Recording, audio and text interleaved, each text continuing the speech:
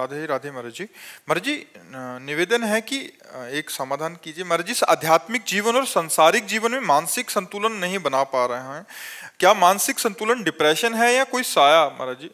मानसिक संतुलन कोई साया फाया नहीं है। जैसे लोगों को रहता है ना कि बाहरी चक्कर कोई होगा, ये सब भीतरी चक्कर है। हमारे द्वारा जो पाप कर्म होते वही हमारे मन को जलाते, वही हमारी बुद्धि को भ्रष्ट कर देते हैं, और कोई नहीं। जैसे भूत प्रेत भी आता है ना किसी के दिमाग में, तो पाप कर्म के कारण ही आता है। हमारे पाप कर्म को भुगताने के लिए भूत का आवेश होता है और वो हमें दुख देता है, और जब हमारा पाप कर्म क्षय हो जाता है तो या तो कोई झाड़ने फूकने वाला मिल गया या स्वयं चला जाता है। तो कर्म ही हमारे लिए भूत है और कर्म ही हमारे लिए भगवान है। अगर हमारे कर्म बिगड़ गए तो वही भूत की तरह हमें सताता है, और कर्म हमारे बन गए तो वही भगवान की तरह हम पर कृपा करता है। इसलिए कर्मों का सुधार करो, हमारे कर्म ठीक होने। हमारे अगर कर्म बिगड़ गए हैं ना तो ऐसा ही अनुभव होने लगता है, कोई डिप्रेशन नहीं।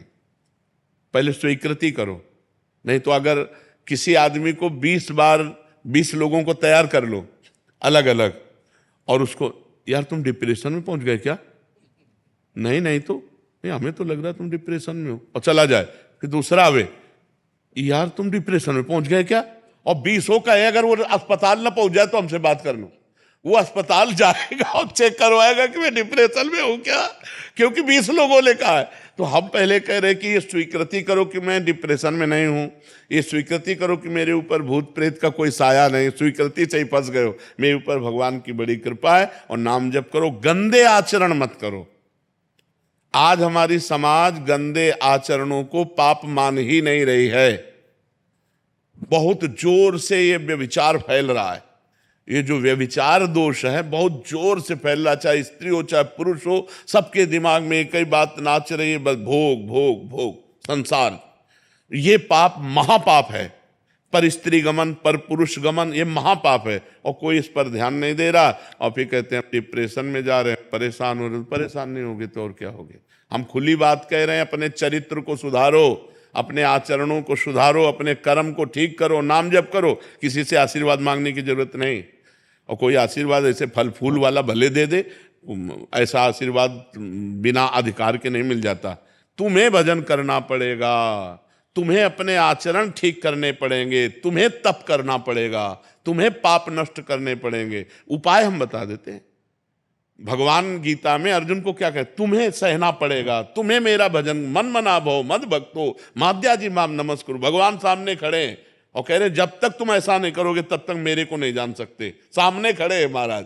अनन्य चेता सत्यम, मेरा सतत चिंतन करो। अनन्य चिंतयन्तो माम, मेरा अनन्य चिंतन करो। भगवान बार बार कह रहे। तो हम जब भगवान कह रहे हैं तो हम लोग तो भगवान के दास हैं। सदगुरुदेव भगवान बड़ी जोरदार है विपक्ष, बहुत जोरदार। हाँ, विपक्ष तो जोरदार, क्योंकि हमारे स्वामी का ही है, किसी और का है क्या? हमारे स्वामी।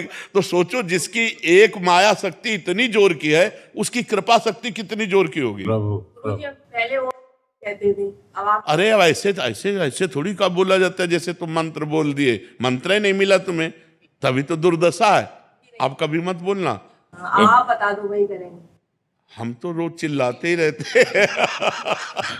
हम एक बात बताते हैं, दिल भर लगे ही तो रहते हैं, इसी में लगे रहते हैं कि भाई सुधरो, भाई सुधरो, मंगल हो तुम्हारा। राधा राधा जपो, राम राम जपो, कृष्ण कृष्ण जपो, हरि हरि जपो, जो मन आवे सो जपो, लेकिन जपो। और आचरण पवित्र रखो, खान पान पवित्र रखो, बढ़िया आनंद आ जाएगा जी।